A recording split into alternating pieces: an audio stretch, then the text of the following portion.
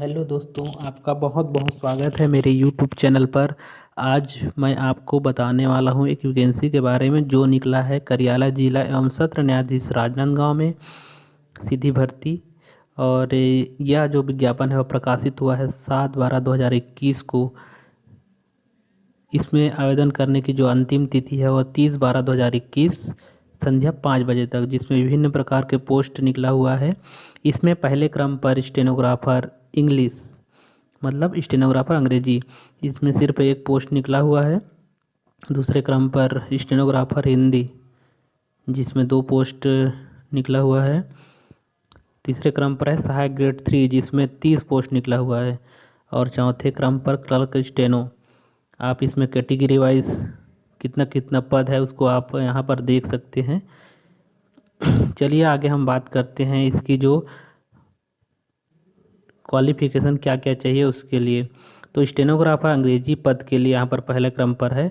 इसके लिए शैक्षणिक योग्यता आपको किसी भी मान्यता प्राप्त संस्था से, मतलब कॉलेज, मतलब उत्तीर्ण होना चाहिए। आरक्षित वर्ग के लिए यहाँ पर 45% अंक के साथ आपको कॉलेज पास करना है।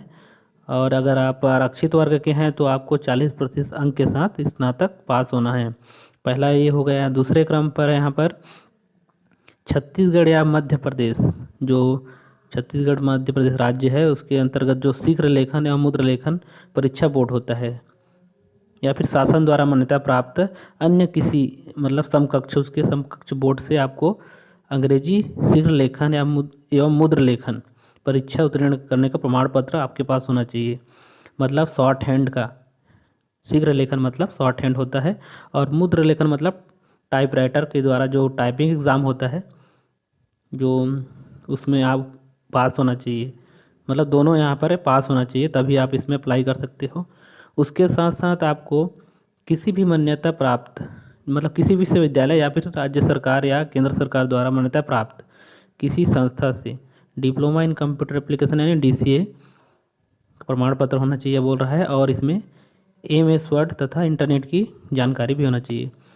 इसमें आप, अगर आपके पास 1 वर्षीय डिप्लोमा कोई भी हो, जैसे कि DCA तो इसमें बोल रहा है, साथ में अगर आपके पास DCA के स्थान पर अगर PGDCA है तो भी आप अप्लाई कर सकते हैं।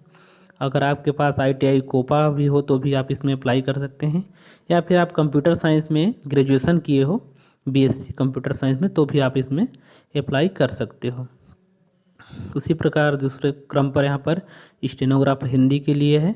तो इसमें भी वही बोल रहा है कि अनारक्षित वर्ग के लिए न्यूनतम 45% अंक के साथ ग्रेजुएशन होना चाहिए, और जो आरक्षित वर्ग है उसके लिए 40% अंक के साथ स्नातक पास होना चाहिए बोल रहा है।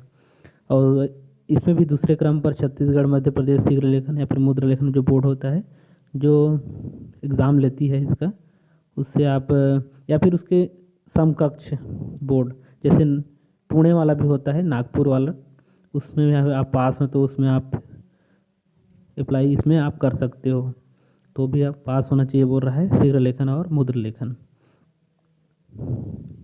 तीसरे क्रम में इसमें भी वैसे बोल रहा है कंप्यूटर का 1 वर्षीय डिप्लोमा होना चाहिए। इसमें DCA बोला है, लेकिन आप बताया कि अगर आपके पास PGDCA या फिर ITI कोपा है तो भी से आप इसमें अप्लाई कर सकते हैं।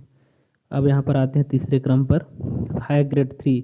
इसके अंतर्गत सेल अमीन, कपिस्ट, कॉपिस्ट, सहायक अभिलेखापाल, साक्ष्य लेखक, प्रोसेस राइटर, निष्पादन लिपिक, मतलब इसके अंतर्गत सारे अंदर पोस्ट हैं, इसमें आप काम करेंगे। इसमें जो न्यूनतम क्वालिफिकेशन है वो बोल रहा है अनारक्षित वर्ग के लिए 45% अंक के साथ यहाँ पर ग्रेजुएशन होना चाहिए, और जो आरक्षित वर्ग है उनके लिए 40% अंक के साथ स्नातक पास होना चाहिए बोल रहा है।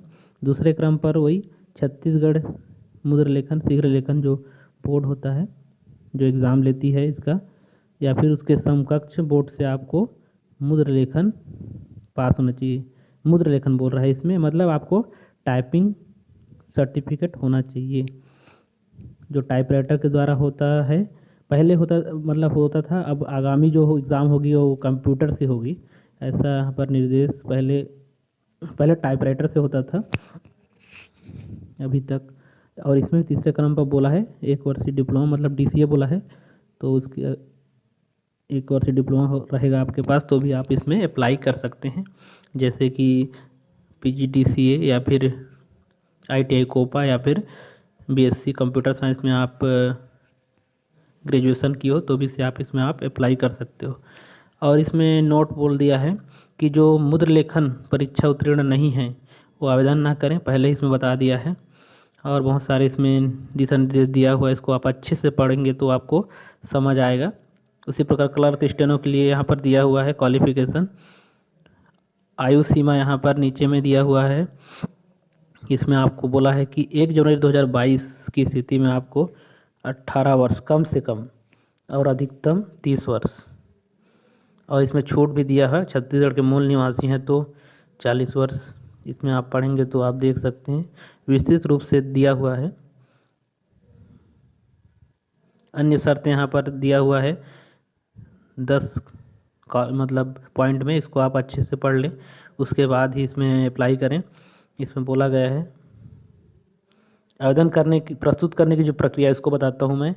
आवेदन प्रस्तुत करने की जो प्रक्रिया है यहाँ पर दिया हुआ है, इसमें बोला गया है कि यहाँ पर फॉर्म इसमें है नीचे में, उसको पूर्ण भरे हुए आवेदन को आपको 30/12/2030 तक संध्या 5 बजे तक बंद लिफाफे में स्पष्ट रूप से उसमें आवेदित जो पद है उसका नाम होना चाहिए।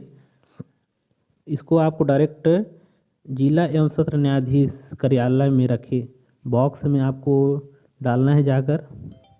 पंजीकृत डाक या फिर स्पीड पोस्ट के माध्यम से आवेदन प्रस्तुत नहीं किया जाएगा, इसमें बता रहा है। उसमें अगर आप आवेदन करते हैं तो आपका रिजेक्ट माना जाएगा, तो आपको स्वयं जाकर यहाँ पर वहाँ पर जो ड्राफ्ट बॉक्स है उसमें आपको अपना आवेदन को बंद लिफाफे में जमा करना है।